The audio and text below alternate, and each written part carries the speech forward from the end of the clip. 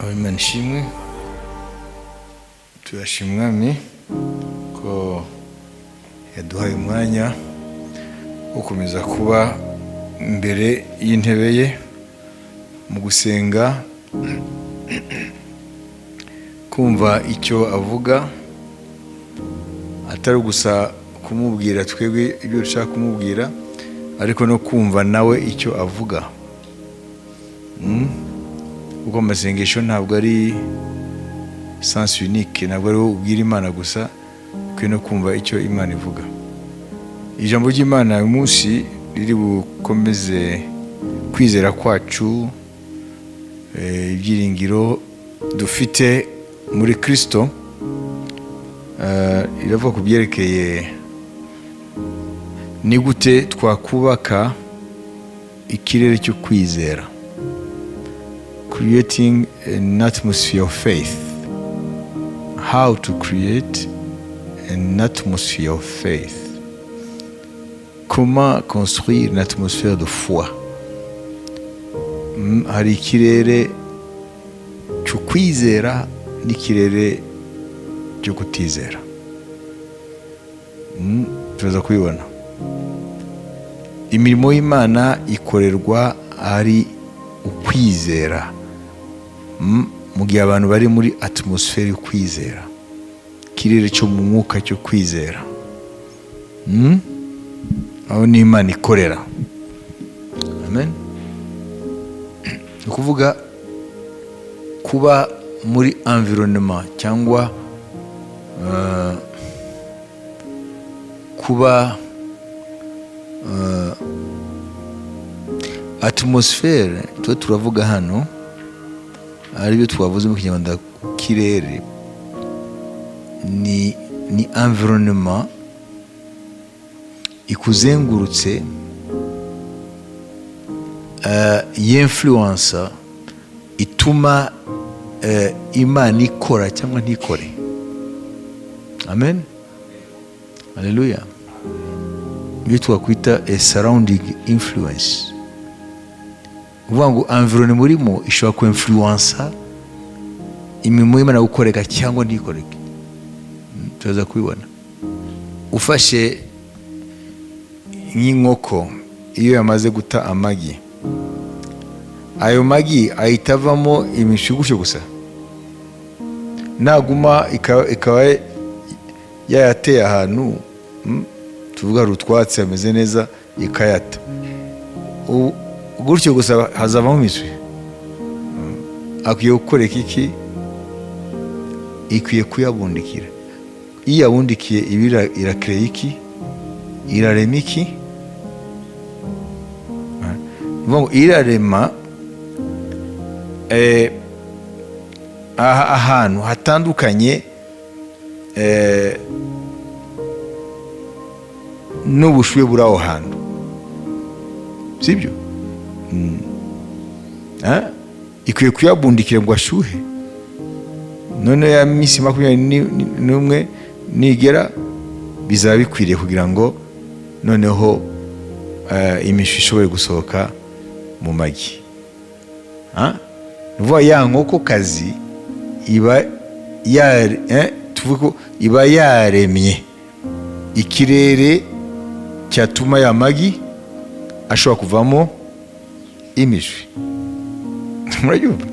Nimufate urwo rugero kuko Imana iraruvuga, turaza kubibona. Amen. Nuvuga ngo atmosfere ambiante, kuvuga ngo muri icyo cyumba iyo nkoko irimo cyangwa aho hantu iri, ubwaho ntabwo bishobora gutuma ya magi ashobora kuzavamo imishwi. Ya nkoko ikwiye kuza igakreya indi atmosfere itandukanye ni yaho hantu. Niko bimeze no ku kizu, inyoni gutyo. Natwe rero turaza kubibona,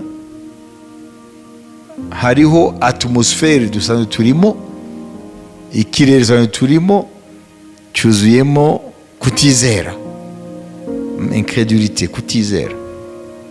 Noneho tukwiye rero kumenya uburyo dukreya aho hantu hariho kutizera, mu isi hariho kutizera. Tukwiye gukreya rero twebwe ikirere cyacu mu buryo bw'umwuka, noneho cyuzuye kwizera. kugira ngo imigambi y'Imana isohore, imirimo y'Imana ikoreke. Dusome Gutegeka kwa kabiri ibice 32 umurongo wa 11. ubwo bwoko yabubonye mu gihugu kidaturwamo, mu butayu butarimo abantu, iwabo w'inyamaswa zihuma. Arabugota, arabukuyakuya, aburinda nk'imboni y'ijisho rye, nk'uko ikizu gikangura ibyana byacyo kigahungiriza amababa hejuru yabyo, kigatanda amababa kikabijyana, kikabiheka ku mababa yacyo, niko Uwiteka yari umuyobora wabwo wenyine, nta mana y'inyamahanga yari kumwe nabwo. Amen. Irakoresha hano amen ikigereranyo cy'ikizu niki n'ibyana byacyo. Uretse kubundikira amagi kugira ngo bizave mu byana byacyo, hari ikindi gikora. Hari ibyo cyakoze kugira ngo itangire kwigisha ibyana byacyo kuzaguruka nkacyo. Kibanza mbere na mbere urumva ko gikoresha amababa yacyo mu guproteje abana kugira ngo babe proteje, barindwe, ariko ari gitangira no kurama amababa yacyo kiraho kigira gutya kugira ngo kibashyire mu byanya byacyo iyo destine yabyo, ni ukuvuga ko byaremewe kujya hejuru y'imiyaga. Mwabizi yita voltige mu gifaransa, kuvuga ni kuguma kiraho gutya, kiraho imbere ibyana byacyo, hanyuma mu nyuma noneho bikareberaho. Iyo etape nirangira, urwo rwego igahita rero ibishyira ku mababa yabyo, hanyuma ikabigurukana. Etape ya mbere cyangwa urwego rwa mbere cyateye amagi, kirayabundikira, kibanza kubaka icyari, cyarangiza gatera amagi, ikayabundikira.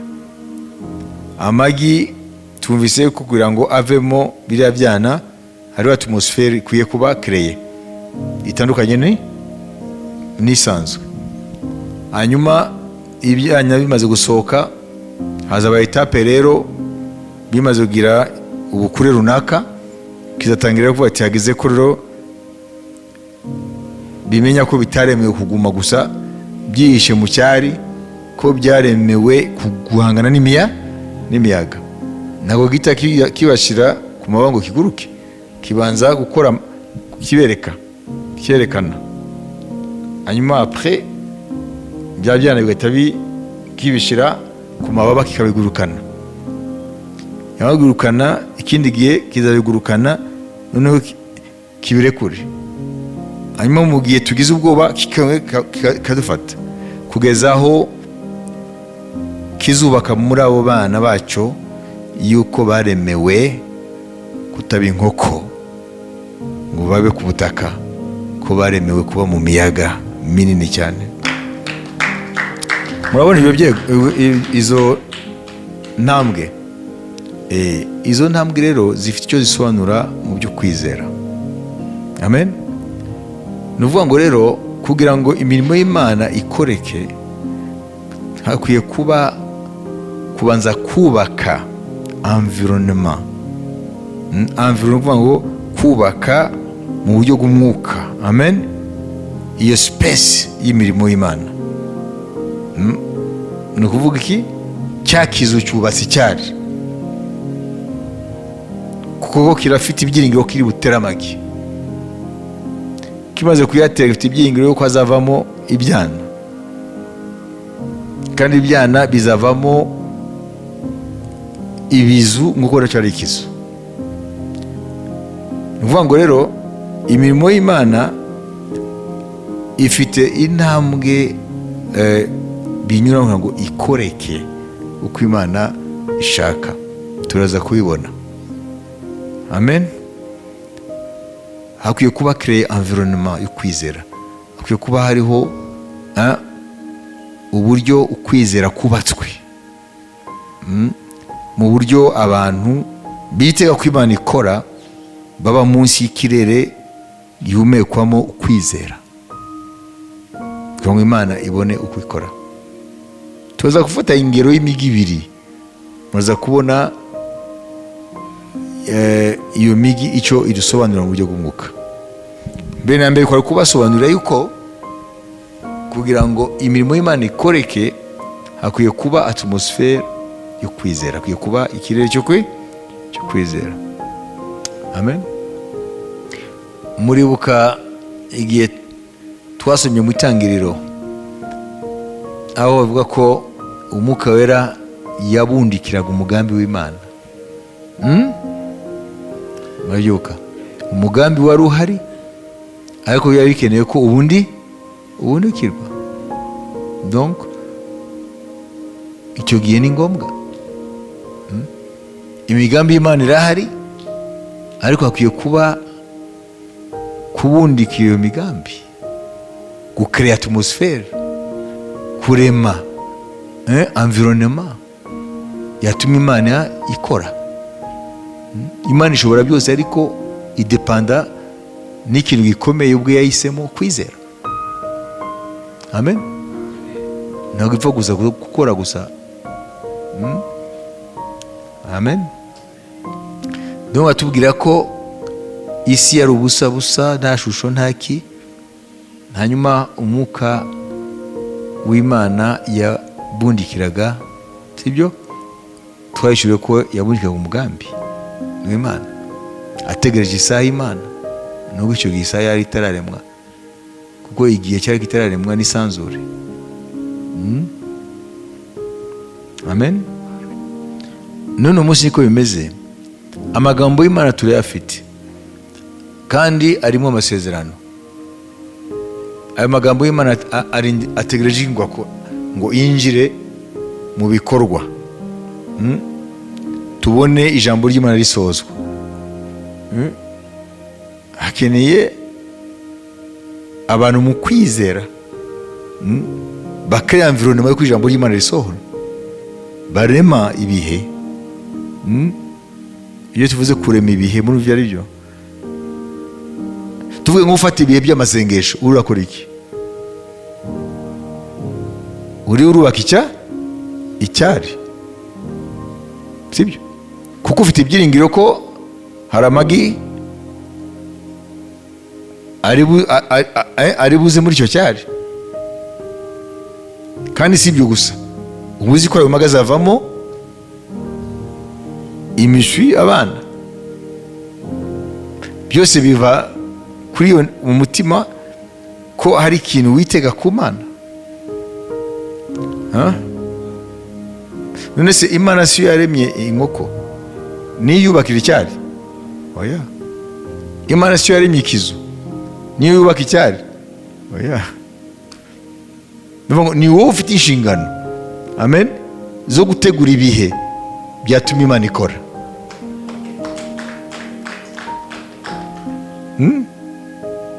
Ntabwo ari Imana, ntabwo ari yo yubakira inkoko cyari. Imana ntabwo ari yubakira ikizu icyari. Niyo yaremye ibyo byose, ariko process yo kugira ngo bishobore kugira abana, amen, nk'uko ikagira imishwi, ikizu ikagira ibyana byacyo, hari icyo byo bikwiye kwikorera.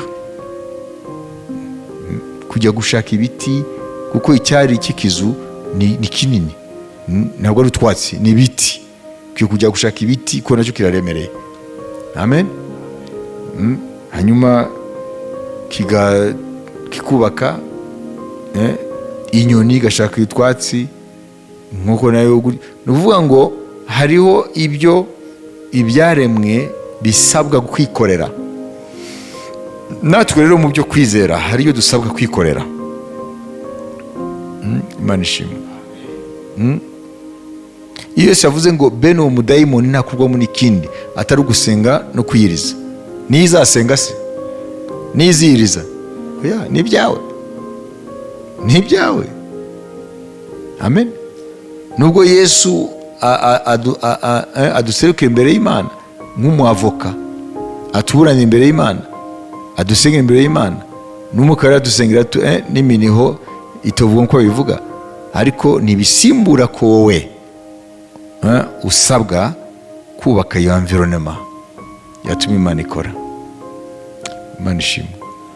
Mvuga ngo rero ikirere cyo kwizera, l'atmosphère de foi, amen,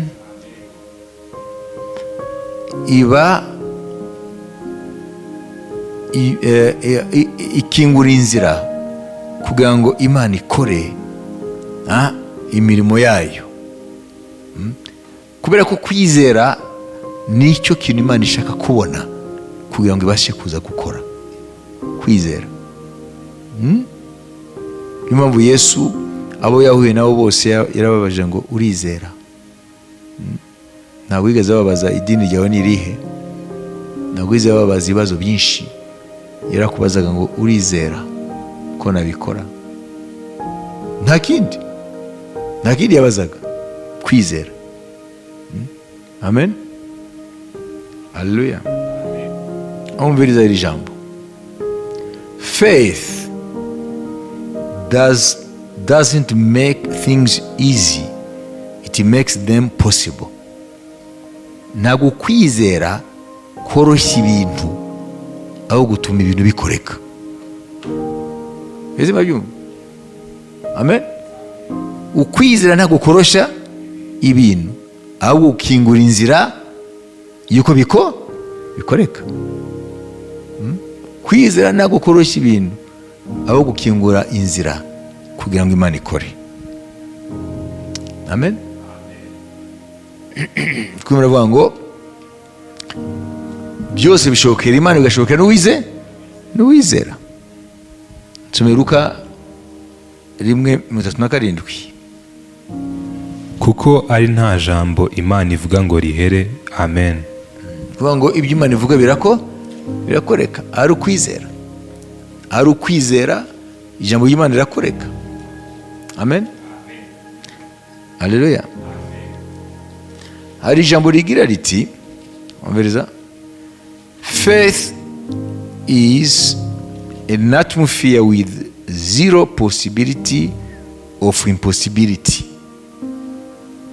Zero possibility of impossibility. Nous voyons il y a zéro possibilité d'impossibilité. Nous voyons que possibilité yuko bidakoreka ni zero. Oui, possibilité ko bidakoreka ni zero. Ni kuvuga ngo ni ngombwa bikoreke.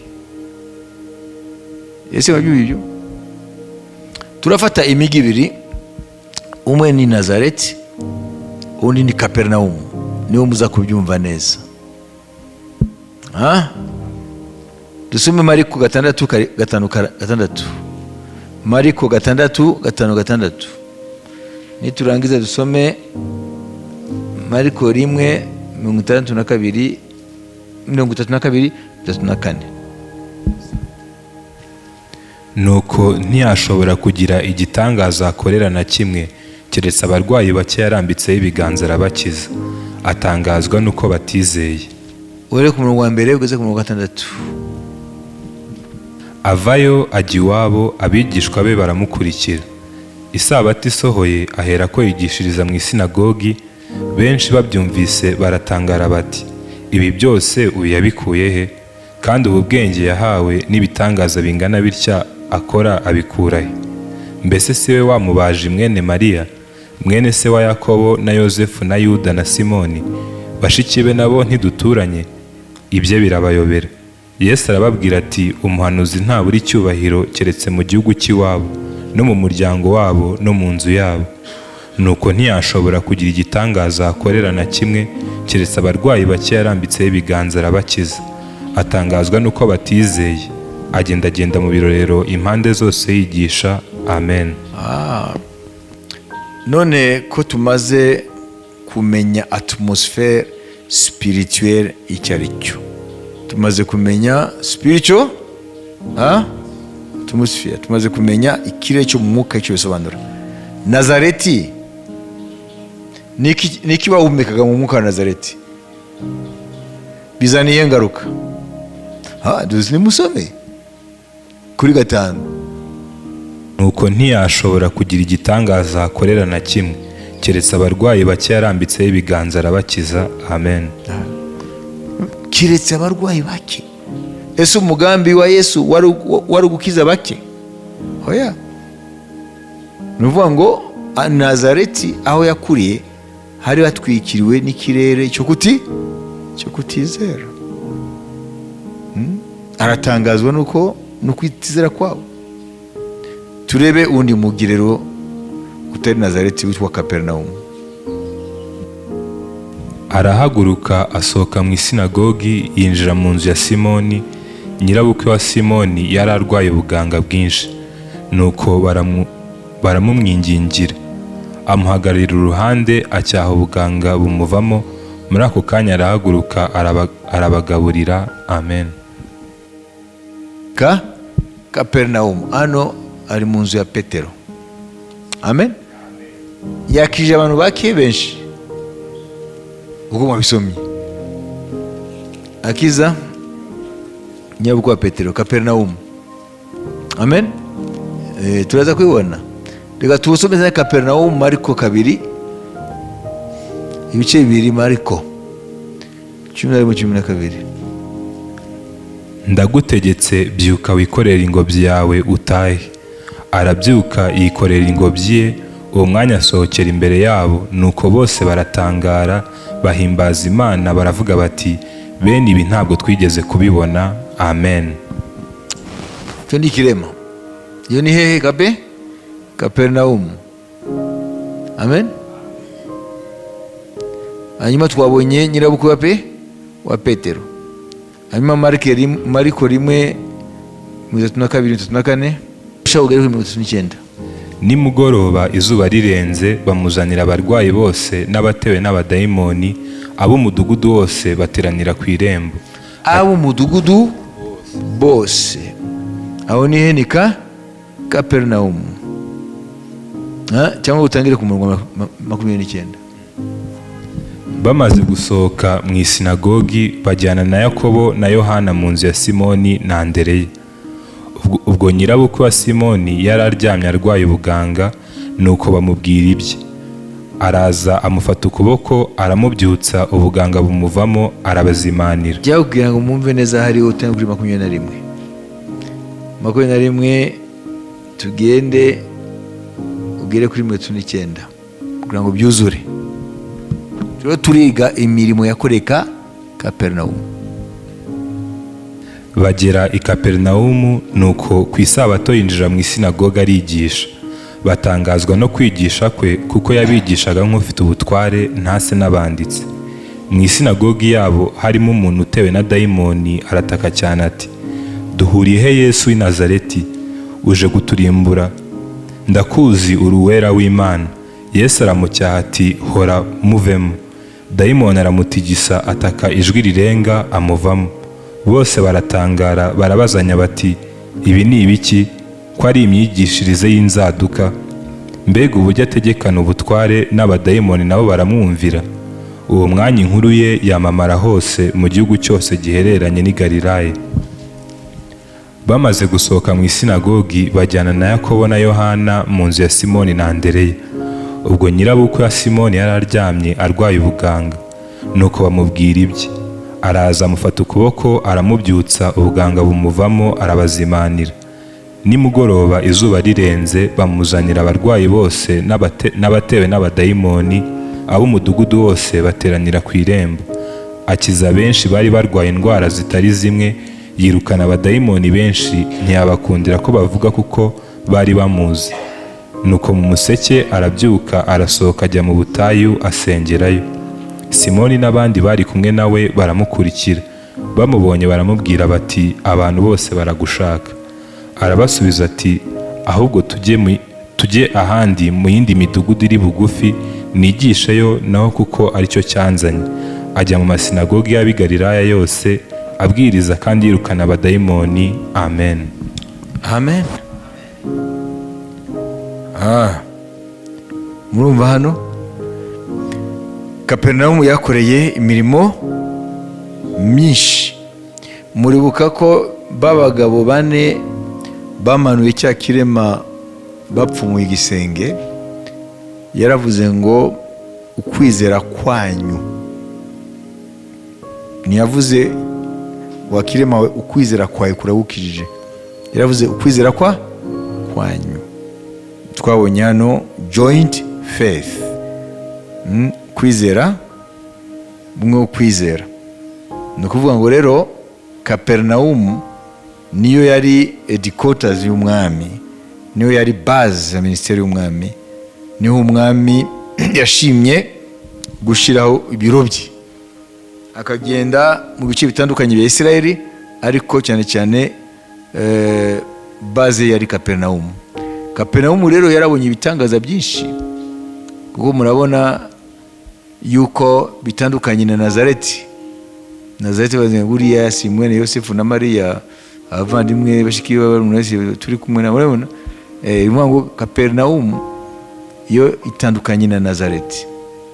Ibiro twayifata nk'abantu babiri, umwe aba munsi y'ikirere cyo kutizera, nicyo kimutwikiriye cyo kimugose, uwundi aba mu kirere cyo kwizera, nicyo kimutwikiriye cyo kimugose. Ntago bazabona bimwe biva ku mwami Yesu. Wayibise?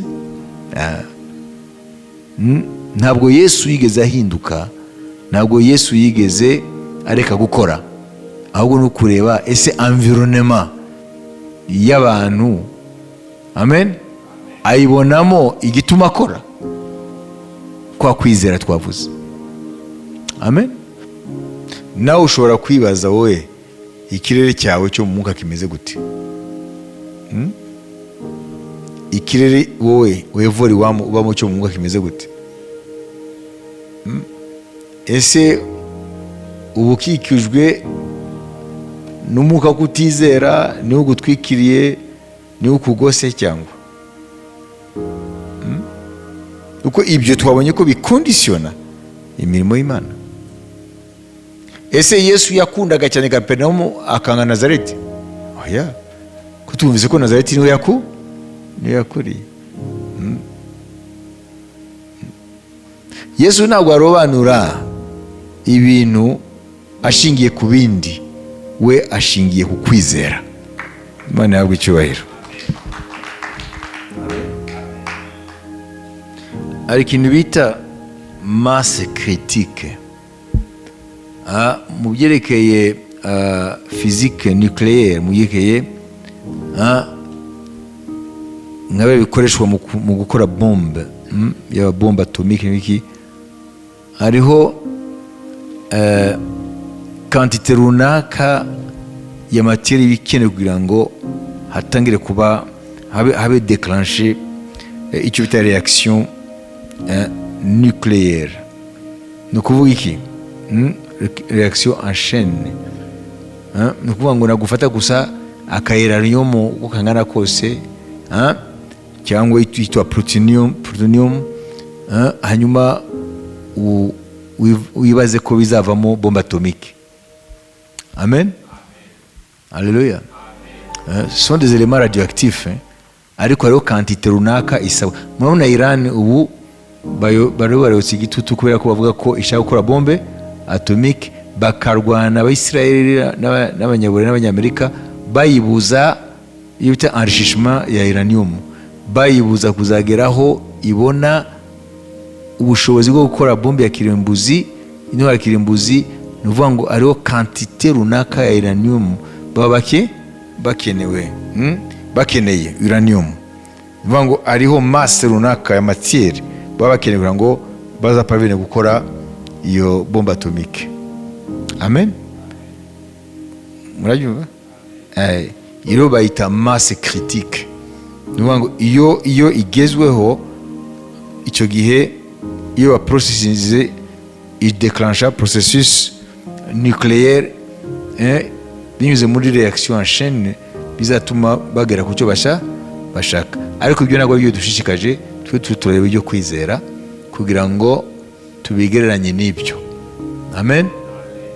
Noneho ntabwo ari muri physique gusa, ndetse no mu bijyanye na société. yaba science sociale, za science sociale n'ibiki byose. Ni ukuvuga ko hariho urwego runaka rw'umubare w'abantu bahuje igitekerezo runaka. Iyo rugezweho, umubare ugezweho, bashobora kuzana impinduka. Amen. Haleluya. Donc ibyo ni ibintu bikora yaba muri shimi, twabyumvise, amabuye yitwa za uranium, plutonium, ashobora gukoreshwa akavamo izindi mbaraga. Umubare w'abantu bahuriye ku mugambi runaka, ku gitekerezo runaka, hari umubare runaka iyo ugezeho bashobora kuzana impinduka muri sosiyete, zaba nziza zaba mbi.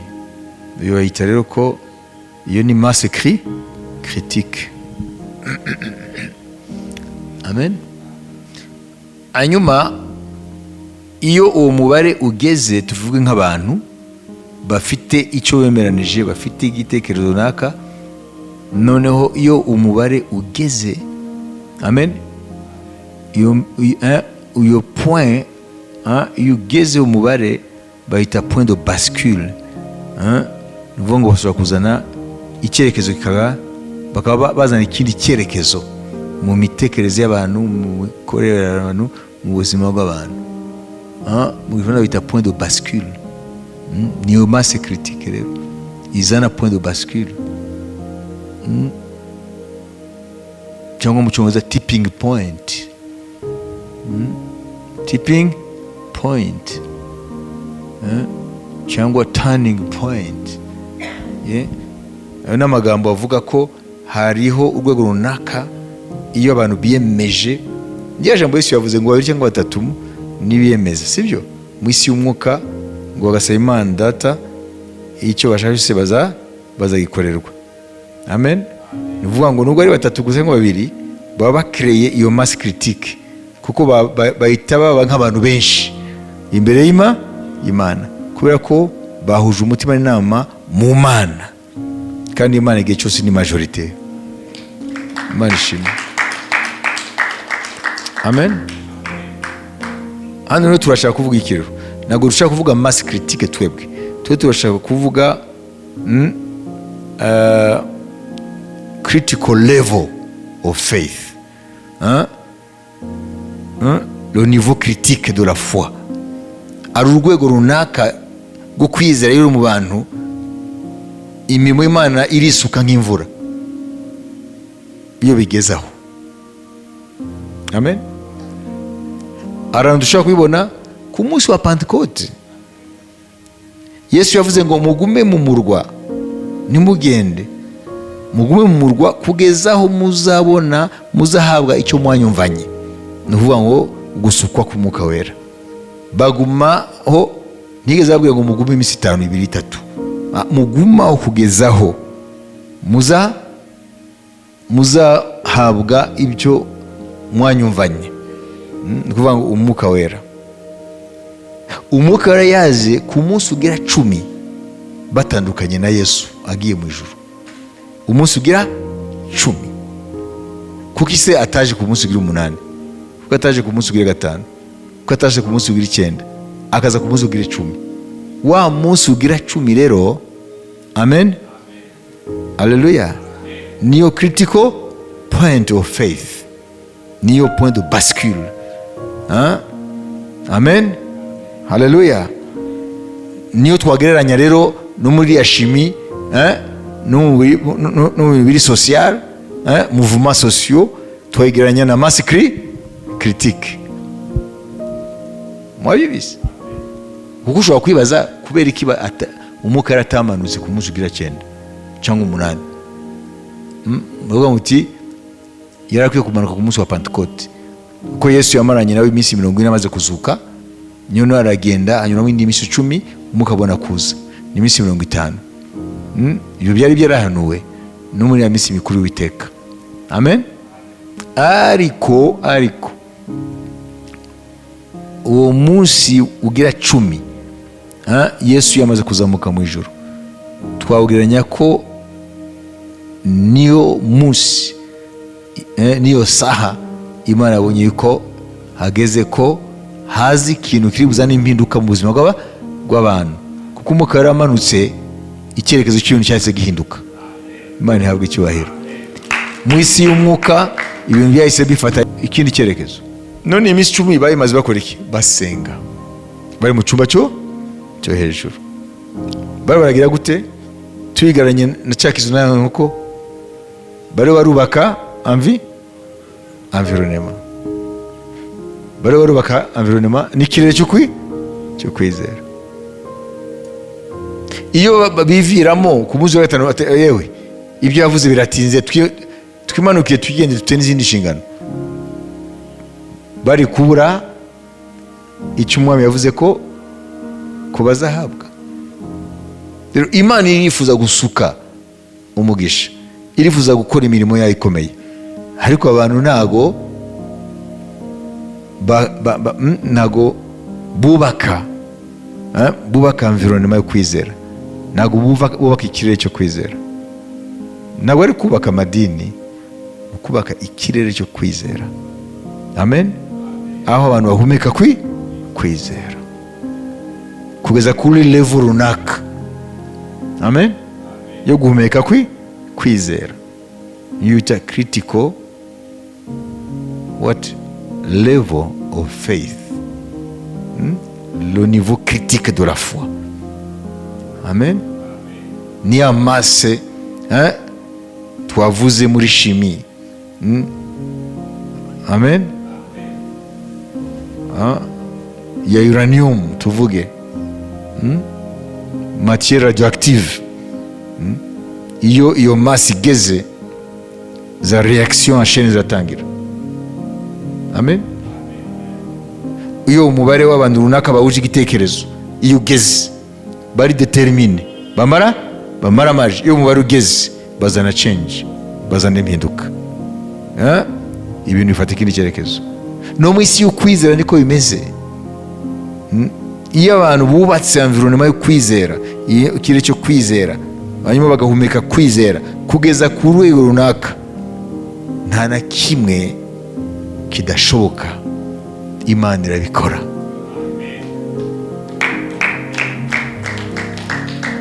Amen. Mwayubise. Iyo rero kwizera kwacu kumaze kuzamuka kugera mu rwego runaka, aho niho abantu batangira kuba hejuru y'imbaraga z'umwijima, hejuru y'imbaraga z'umwijima, kuko zikorera mu kirere cyo gushidikanya, mu kirere aho abantu batizera Imana, mu kirere aho abantu badafite ibyiringiro mu Mana, aho n'imbaraga z'umwijima zikorera. Murabona n'ibirere Imana yaremye bizengurutse isi yacu, iby'ingenzi ni 5. Amen. Hari 2 nshaka kuvugaho bishobora kutwigishaho. Murabona ko twigiye ku kizu, ku nkoko, twigiye muri chimie, masse critique, twigiye ku bintu biri social, mouvement sociaux. Amen. Nabyo umubare runaka w'abantu iyo ugeze biyemeje igitekerezo runaka, umugambi runaka, bamaramaje. Amen. Iyo umubare w'abantu ugeze ushobora kuzana impinduka. Amen. Yaba nziza yaba mbi. None rero turashaka kwigira kuri ibirere Imana yaremye bitwa les couches atmosphériques, uhereye hano ku isi uzamuka hejuru. Amen. Haleluya. Iya mbere ariyo turimo yitwa troposphère, iyi turimo twebwe. Kugeza ku birometero 15 tuzamuka utumburuke, ibirometero 15 tuba turi muri troposphère. Troposphère angwa niki? Niho ahantu haba imiyaga, haba ibintu byose binyegeranyiriza ibintu. Amen. Imiyaga za ouragan, ibiki byose, les phénomènes météorologiques niho bikoreka, na niho hari ubuzima hano. Iyo urenze ibirometero 15 uva ku isi utumburuke, winjira mu kindi cyitwa stratosphère. amen. Yo ikaba ari kuva ku birometero 15 ukagera ku birometero 50. Nibiki bikorekera hariya? Niyo icyo gice, amen, cy'ikirere aho ibintu biba bituje, biri stable, kuko hariya nta matampete abaho, nta miyaga, nta mafenomene meteorologique abaho. Ihindagurika ry'ikirere, ihindagurika ry'ikirere riri hano muri troposphère, niyo ari ihindagurika ry'ikirere. Hakurya ya metero 15 y'ubutumburuke twinjira muri stratosphère, aho harangwa n'ituze. Hanyuma kuva ku birometero 50 kugeza kuri birometero 90 ubutumburuke buvuye ku isi, twinjira muri mesosphère. Iyi ntabwo idushishikaje twebwe, sibyo? Hanyuma uyirenze ugera kuri thermosphère, amen. Uva thermos na ubushuhe. Hanyuma urenze thermosphère ugera kuri exosphère, niyo limite yo hejuru cyane uvuye ku isi. Igidushishikaje rero ni zire ebyiri zikurikirana. Iyi yacu turiho troposphère, niho haba ihindagurika ry'ikirere, kuko harimo imiyaga myinshi, amen, n'ibicu byinshi. Rero nta bintu biri stable, niyo mpamvu ibirere bihinduka. Iyo urenze ibirometero 15 mu butumburuke ugera kuri stratosphère, hariya rero ni ahantu ibintu biri stable, amen. Iyo rero turi abakristu ba kamere batagira umwanya wo gukura, ba creating, bareme, bubake, amen, bubake ikirere cyo kwizera, amen. Katika Kiswahili wanasema kujenga mazingira ya imani, abakristu bibera gusa amaturo gusa, baraho gusa, nta kindi, nta mwanya baha Imana. Tuza kubona ni gute bubaka ikirere cyo kwizera, amen. Mukristo anajengaje mazingira ya imani? Umukristo yubaka gute ikirere cyo kwizera, cyangwa imuzengurutse yumeka kwizera? Iyo umuntu rero aba umukristo wa kamere, mu buryo bw'umwuka aba yibera muri troposphère. Harangwa n'iki? Ihindagurika. Mvuge muti ihindagurika ryo kwizera. Abakristo ba kamere bibera muri troposphère yo kwizera, ni ukuvuga ngo na troposphère y'umwuka baba mu buzima bw'ihindagurika. Haleluya! Uyu munsi, ejo nta haleluya. Babizi? Kuko bibera muri troposphère, baba muri dimension y'ihindagurika ry'ikirere cyo mu mwuka, amen. Ese barabyumva ibyo? Barakijijwe yego, ariko ntabwo bazamuka mu mwuka, baguma abakamere. Aho rero harangwa n'imiyaga n'ibicu byinshi bizana ihindagurika.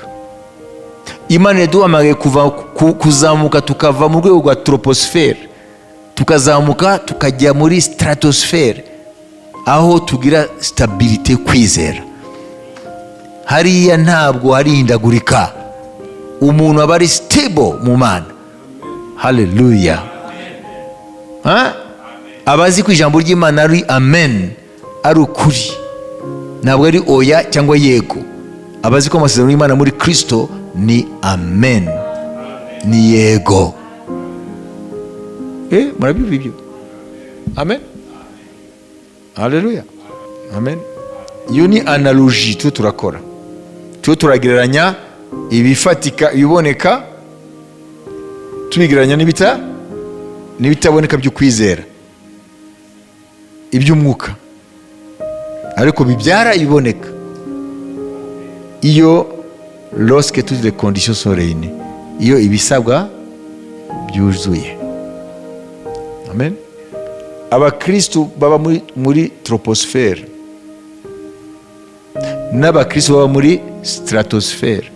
Abari muri stratosphère ntabwo bagishidikanya ku masezerano y'Imana, ntabwo bagishidikanya kuri Yesu uwo ari we n'imbaraga ze. ibyo bimaze kuba poze, bimaze kubakwa. Amen. Bariya bari muri troposfere ni agakiza gahindagurika. Abari muri stratosfere ubwo bari hejuru ya ya miyaga na bya bicu. Nabuzi ko bivuga ngo mu Kinyarwanda ngo mu Gifaransa bavuga ngo en Dieu il n'y a aucun nombre de variations. Hanyuma mu Kinyarwanda ngo muri yo nta n'agacu ko guhindagurika. Abibera muri troposfere bo bibereye mu bicu, ntabwo ari agacu, bo ni ibicu biremereye bizana ihindagurika. Mwabizi? None se niki gituma batava muri iyo kushe ya mbere ya troposfere bazamuke bajya muri kushe ya kabiri ya stratosfere? Ibyo nibyo tuza kureba rero. Nibura mwabyumvise? Amen. Kuko Yesu yakunda kwigisha mu migani, Imana ikunda gufata ku bigaragara kugira ngo ibageze kuri yari mutabona. Ko nibajyana mu by'umwuka byabagora. Niyo mpamvu igikoresha ibintu bigaragara. Niyo mpamvu natwe dukoresha izo analogy, tugakoresha izo metaphore. Imana ishimwe.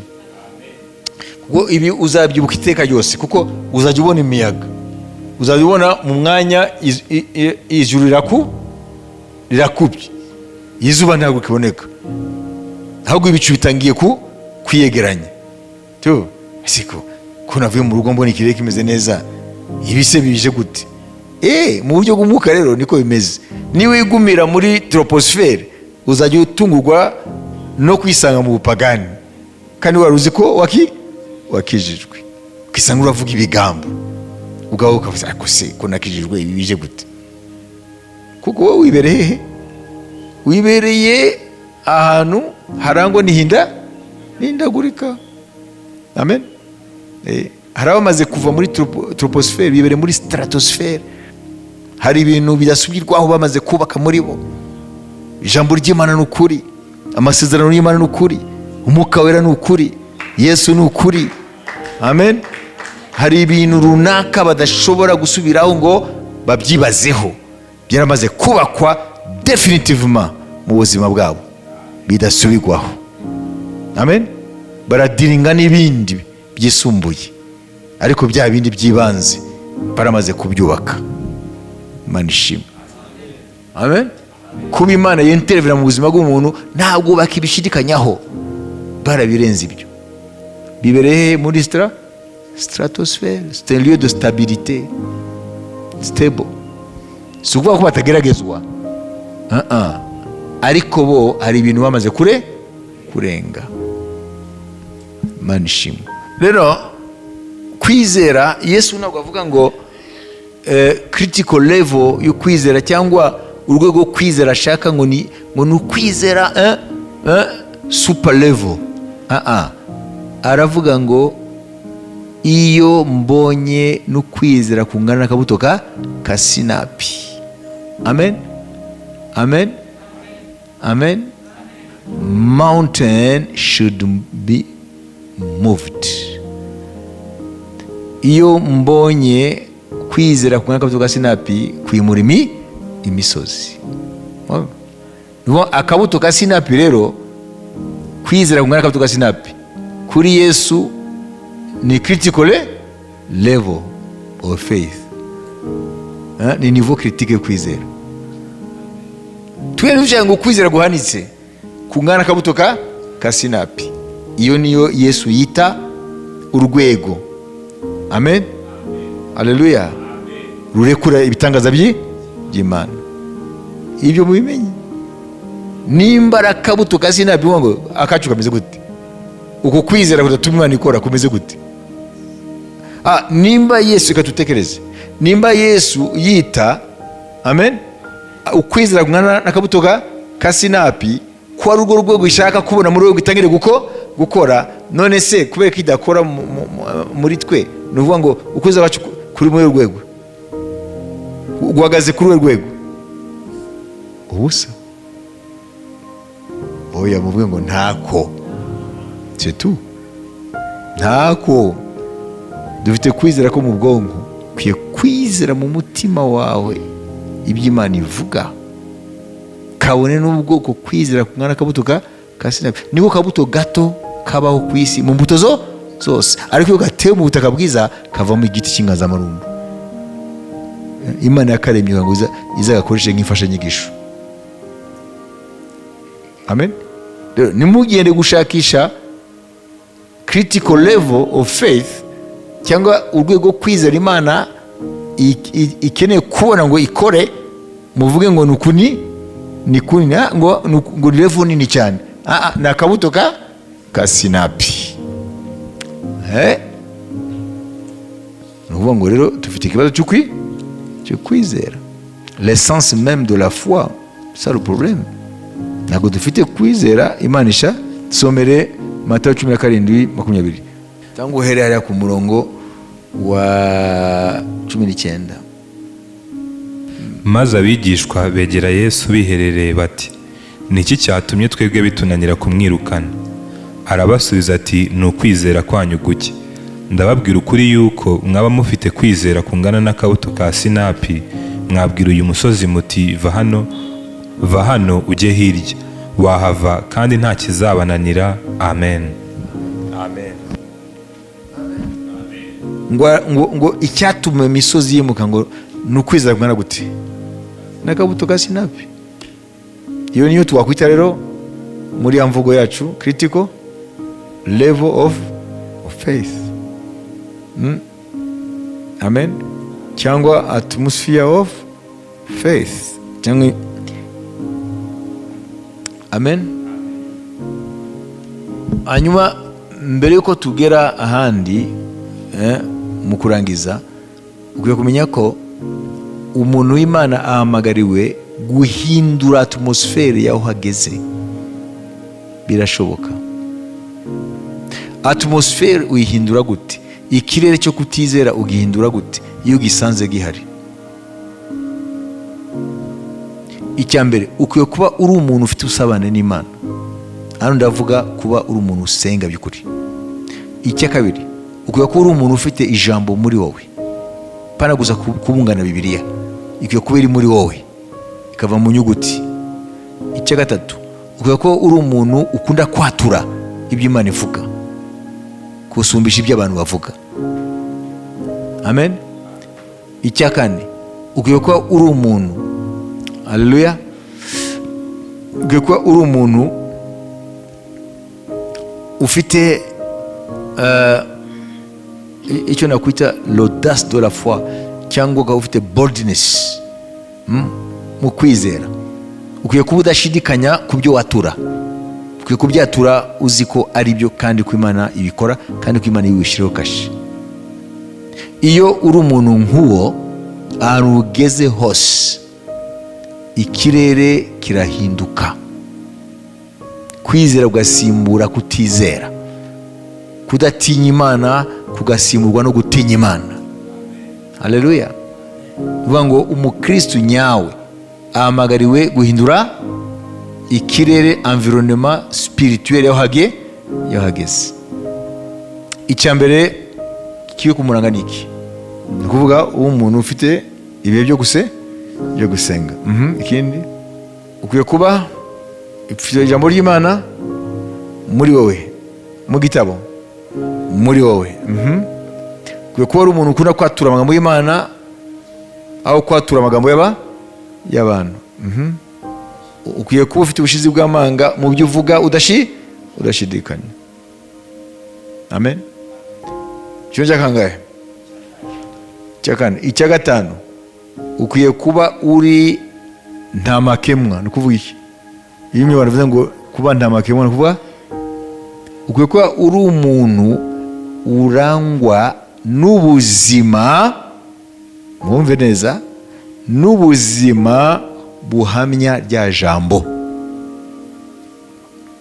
Ukwiye kuba uba mu buzima buhamya rya jambo, kuko ibyo wakwatura byose, nimba ubuzima bwawe buhamanya n'ibyo watura, nta efe bizagira. Ntabwo bizahindura atmosfere, environnement y'aho hantu, ntabwo bizahindura ikirere. mwayibise. Iyi ngingo ya gatanu irakomeye. Kuba ubuzima bwawe buhamanya nibyo watura. Ntabwo wakwatura amen iby'Imana ivuga hanyuma niba ibikubonemo, none wahindura gute atmosfere?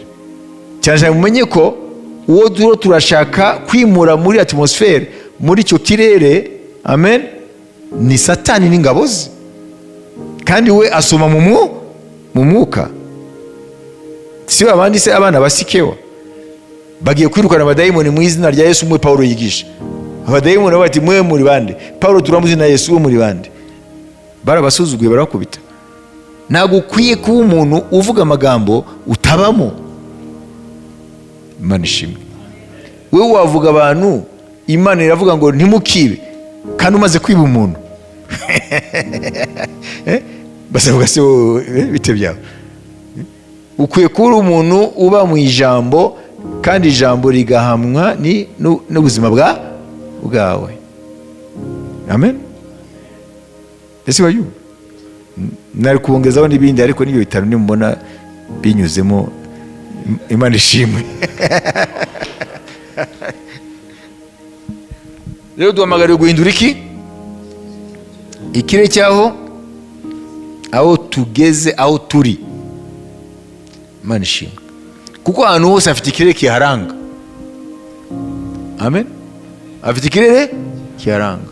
Kuko ahantu hose afite l'homme waho, afite umunyamaboko waho. Ahantu hose afite umunyamaboko uhategeka, kandi ngo ntushobora kumunyaga ibye utabanze kumuhambira. Sibyo? Abo bantu se Satani yatwaze igitugu batanamuzi, bagakora ibintu bazi ko ari babikora. Uzabavana gute munsi y'igitugu cya Satani utabanje guhambira uwo umutware w'aho hantu munsi y'umwuka n'umudayimoni? Amen.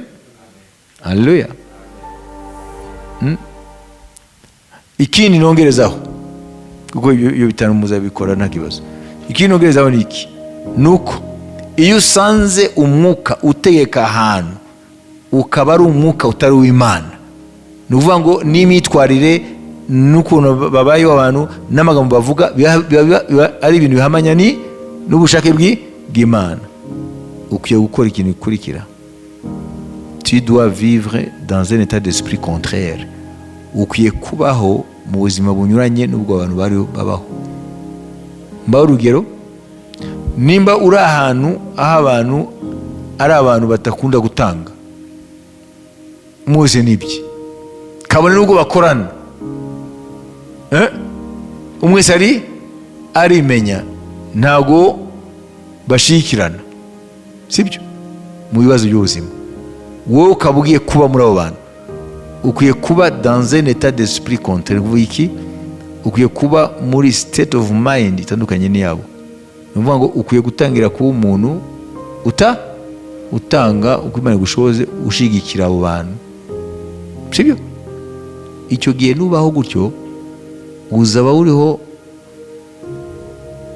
urakubita hasi umutware w'aho hantu. Amen.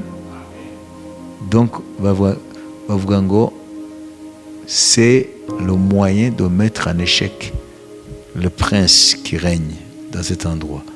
Mettre en échec, katargeo. Amen. Réduire en puissance, kumunesha. Kuko nutabikora nawe uzasanga bakwanduje, nawe ugafata ibara ryabo. Ibara ryabo ni irihe baranga? Ubugugu, kwikunda, nta rukundo, kudashikirana.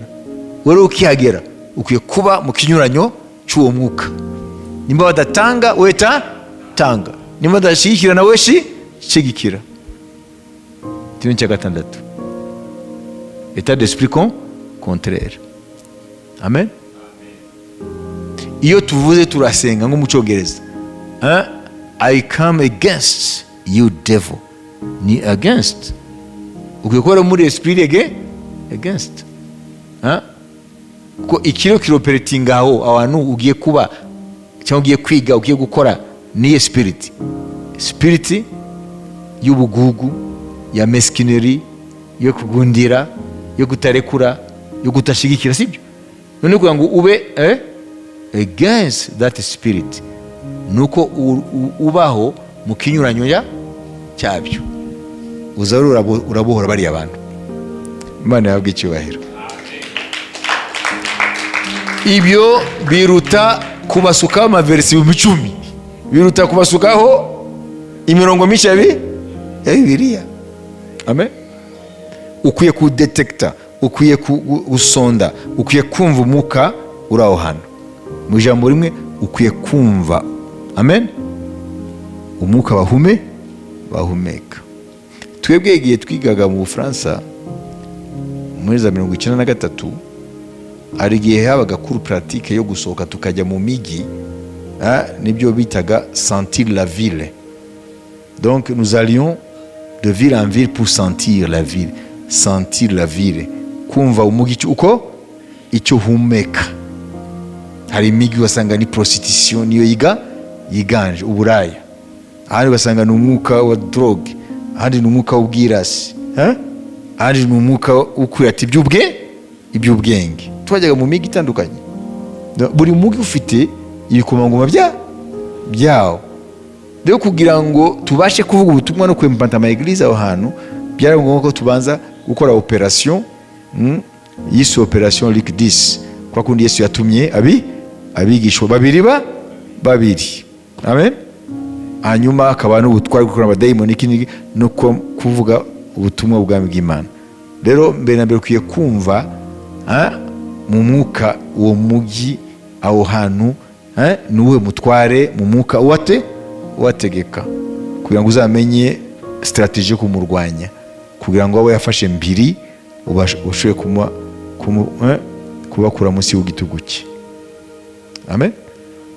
Rero mu ma strategie yo kunesha iyo myuka hariho no kubaho mu kinyuranyo cy'iyo myuka. Nimba hari ubugome bwinshi, ukwiye kubaho gute? Ikinyuranyo ni iki? Uvugwa neza, sibyo? Wewe nusanga abantu bavuga batongana n'iki byose, nta nari mu mu mahoro, sibyo? Ko bibere muri troposphère. Wowe ukwiye kuwazana stratosphère, ukwiye kuwazana ituze. Amen. Haleluya. Nusanga abantu babaho mu bintu bafunza amasura bayikenya amenyo igihe cyose, nta n'umujyi useka, uzagira gute?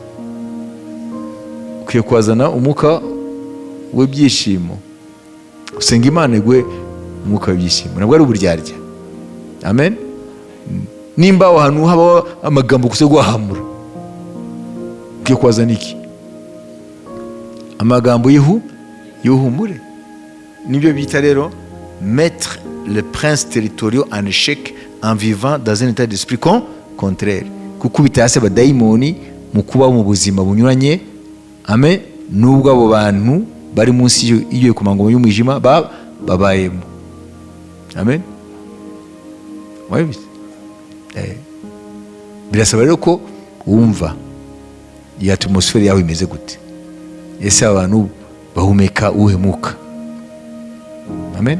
Katuvuge point ya nyuma. Mwabise ibyo? Uzabona abantu bahinduka. Amen.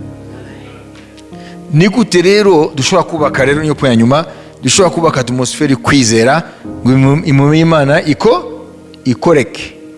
Amen. Icyambere ukwiye kubaka ubusabane n'Imana, nibyo bita cultiver la présence de Dieu. Ukwiye kubaka ubusabane n'Imana buturuka ku masengesho, guhimbaza, kuramya. Amen. Haleluya. Amen. Ukwiye kubaka iyo relation personnelle n'Imana. Ukwiye kuba uri umuntu ugaragaraho imirimo y'ukwizera binyuze no mu buhamya. Ukwiye kuba uri umuntu ukunda guhamya Yesu n'imirimo ye. Amen. Ukwiye kuba uri umuntu ufite twavuze ibihe byo gukitiva presence y'Imana, binyuze mu masengesho, kuramya, guhimbaza, sibyo? ukwiye kuba uri umuntu un homme de témoignage, ukwiye kuba uri umuntu ufite ubuhamya, ukunda guhamya, ariko ugahamya ibyo Yesu yamaze gukora muri wowe. Amen. Kugira ngo nibaza avuge ko uvuga ariko ntugaragare mu byo uvuga.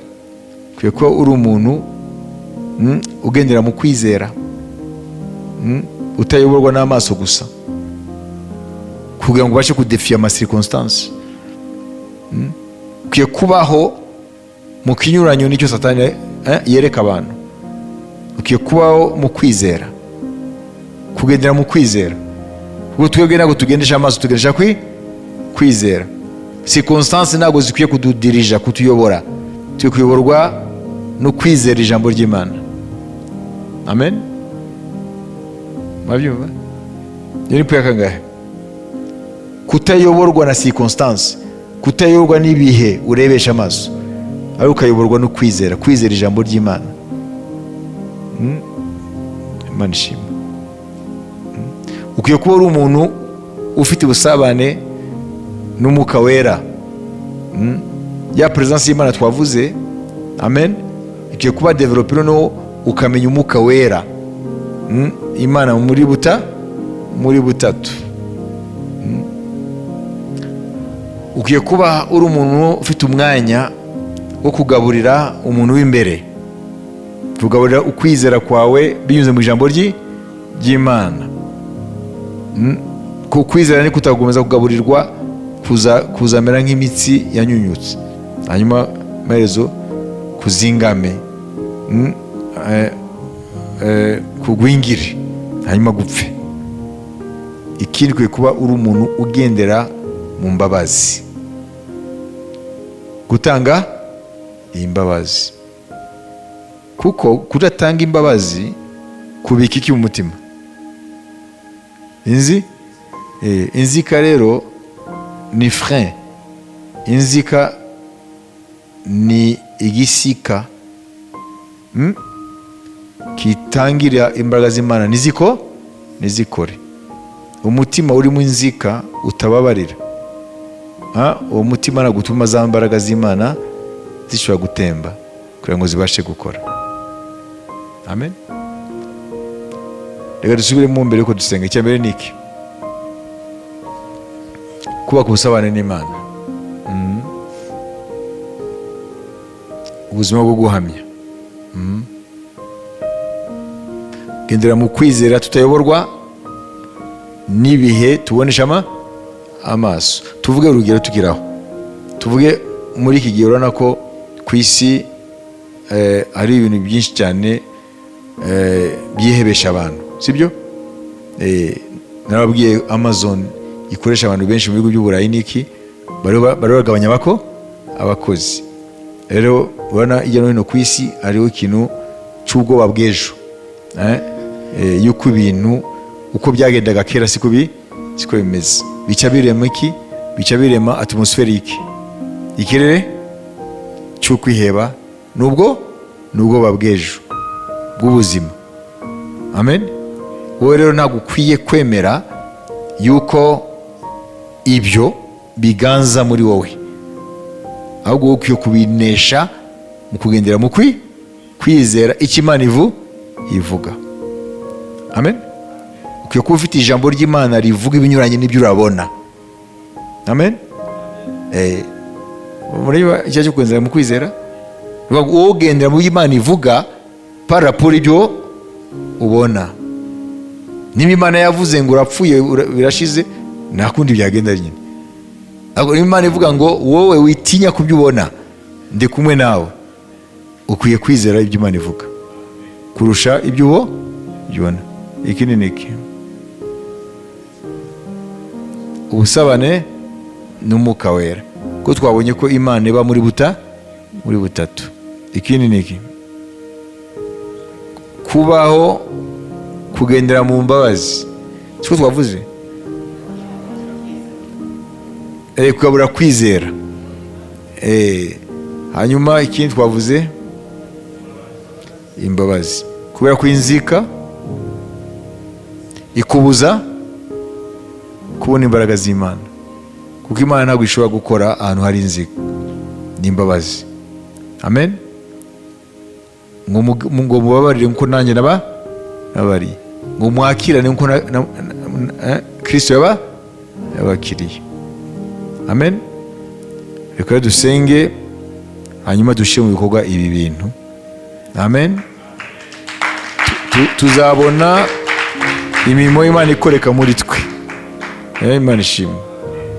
Data, turagushima uyu munsi duhaye kandi yo kuba imbere yawe.